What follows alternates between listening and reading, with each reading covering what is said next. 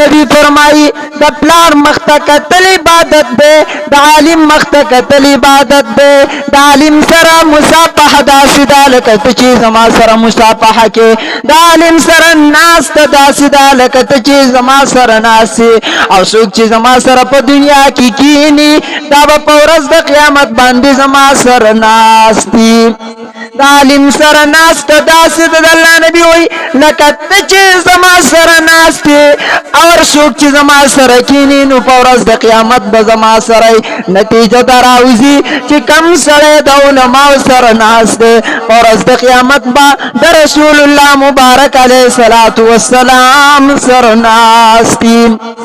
او کم خلک چې په علماو پسې وروسته بنګېږي خبرې کوي کنځلې کوي لګیا دي رسول الله مبارک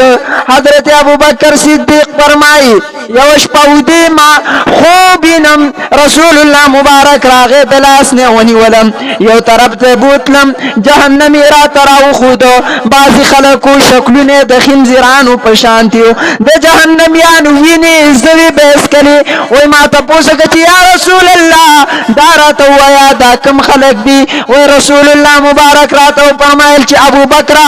دا هغه خلک دي زما د امت چې په عالمانو ته ضرر ورکوي دا هغه خلک دي چې په عالمانو پسې خبرې کوي واوره که په دنیا کې په علماو پسې خبرې کوي ورځ د قیامت را روانه ده د قبر زندګي را روانه ده الله سره مخامخ کېدل دي الله له جواب ورکول دي د بهتان جواب هم الله جل جلاله غواړي د ضرر جواب هم الله جل جلاله غواړي د دې جواب هم غواړي چې د عالم تصویر دی د سپي په سر باندې ښودی او د دې جواب الله جل جلاله له ورکوي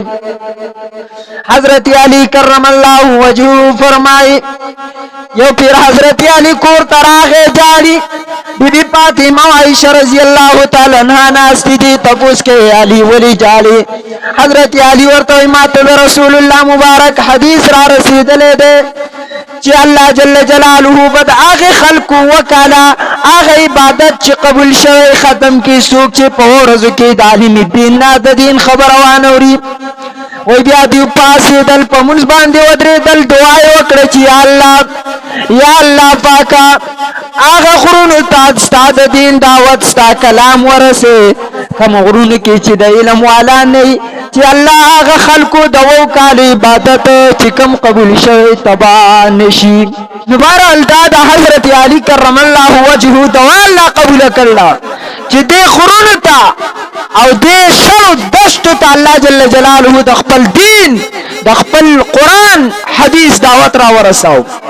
اور کچای قدر ونکو الله له داسې جنازه اوچته کی په کوم ځګین کې چې صحیح بخاری شریف لیکل شوی لیکن چې کله خلکو د هغه ځګین د دین او د علم قدر ونکو هغه ته الله واغس نن په بخارا کې د دین مرکز نشته هغه کوپا په کوم ځګین کې چې امام ابو حنیفه رحمت الله علیه اوسېدو په کوم ځګین کې چې د امام ابو حنیفه درس د حلقه درس بلګېدلی وه کوم ځګین ته چې امام بخاري ته کوم ته چې امام محمد ته کوم ته چې امام شافعي د علم دپاره ته لیکن نن په هغه ځګین کې د علم یو سړی هم نه میلاویږي تاسو ته وجه دا ده چې هغه خلکو د دین قدر ونکو د دین قدر یې ونکو بد دینے والا علماء بھی سن لے جو علماء اہل حق کو بدنام کرنے کے لیے آ گیا ہے وہ بھی سن